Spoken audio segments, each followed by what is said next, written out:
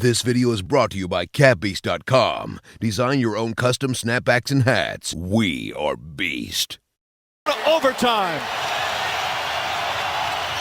Irving falls down, hangs on, gets it to J.R. Smith.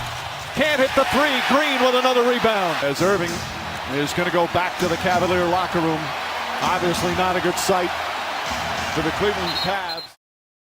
The 2015 Finals Kyrie Irving injury. An injury that many believe could have and would have changed the outcome of the series. Means much more than what many people think. It is an injury that could have changed the outcome of the series. An injury that changed many star players' legacies. An injury that I believe defined this decade of NBA basketball in many ways. And I will get into why after a word from our sponsors over at catbeast.com. Catbeast.com is a great website where you can create custom embroidered hats. Links will be in the description for y'all to check them out. And once again, shout out to catbeast.com for sponsoring this video. So I was invited to join a group of NBA YouTubers to help celebrate the NBA Finals, the greatest stage of our beloved sport. We were each asked to make a short video about our favorite NBA Finals moment. And just a disclaimer, Kyrie Irving getting injured is not my favorite Finals moment.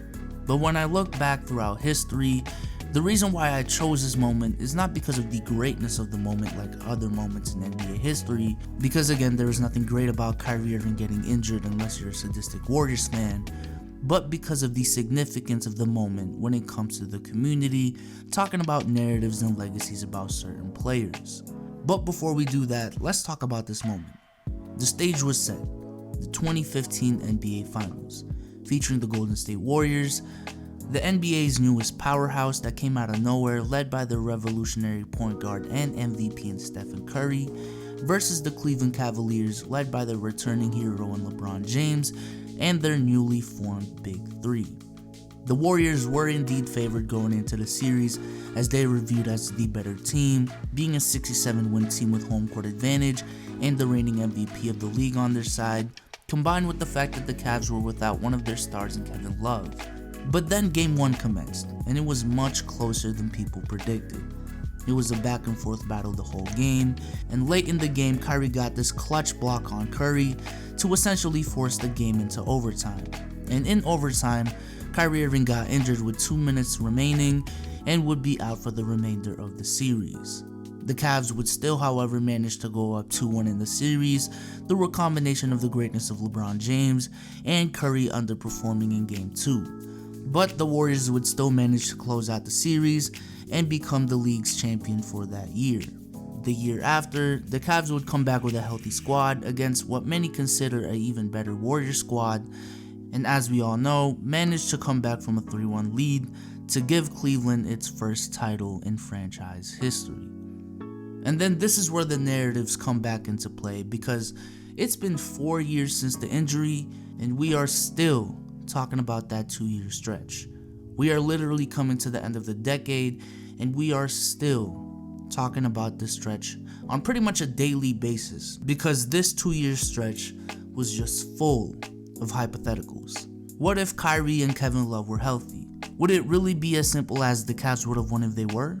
Because the year after, with a healthy Cavs team and a slightly less healthy Warriors team, the Warriors still showed that they were able to go up 3-1 on them, with Curry playing atrocious basketball. Now granted, they ended up losing the series as we all know, but they still showed the ability to dominate even a fully healthy Cavs team. Kevin Love never really played well anyways, so how much of a factor would he really have been? And as we saw with the 2019 Celtics, bringing back 2 all-star caliber players is not as simple as it may seem. It creates a ridiculous butterfly effect of adjustments that we can't just simplify to if they run it back they would have won. Obviously with this team it is different and it wouldn't be as crazy, but it applies nonetheless.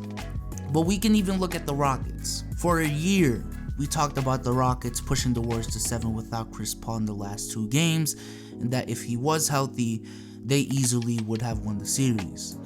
But then fast forward a year later, the Rockets are fully healthy, KD was injured for Game 6, James Harden performed just like his MVP self, and the Warriors still managed to win the series in 6 games, with Game 6 being on the road. Some people view this 2-year stretch as a 2-year stretch where if both squads were healthy, as a stretch where the Warriors would have won 2 championships and Curry would have got Finals MVP in 2015. Or a stretch where the Cavs should have won 2 championships with LeBron being back-to-back Finals MVPs. Because of Kyrie's injury and the fact that the Cavs were still able to go up 2-1, some people even think that the outcome should still be as it is right now, but LeBron still should have won Finals MVP in 2015 despite losing because of how great he was. And just the sheer amount of conversations we can have with just this 2-year stretch is ridiculous. Imagine how we'd be talking about LeBron if he now has 4 rings and 4 Finals MVPs. Imagine how we'd be talking about Steph right now if he also had 4 rings and a Finals MVP while LeBron only had 2 because of it. Imagine how we'd be talking about LeBron if he won Finals MVP in a losing effort. I know everything I just said seems confusing, and I may have struck a nerve with some of you guys with what I said, but it all comes down to this. Injuries suck. We are left with uncertainty on both ends.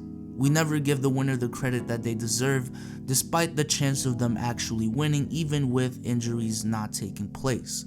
But we are also left with legitimate and valid uncertainty as to how a series would have unfolded if there weren't any injuries. The Kyrie Irving injury to me started the 2-year stretch of the epitome of this phenomena and has really defined this decade for what it is, the what if era. But with that being said, I hope you guys enjoyed this video. Once again, shout out to NBA Storyteller for pitching me this idea for this, community collab, if you want to call it. Check out the videos from the other NBA YouTubers involved. I am 100% guaranteeing you that they will be great videos. Shout out to catbees.com again for sponsoring this video. If you like the video, leave a like on the video, subscribe to the channel if you haven't already. But with that being said, I hope you guys enjoyed this video, and I'm out. Peace.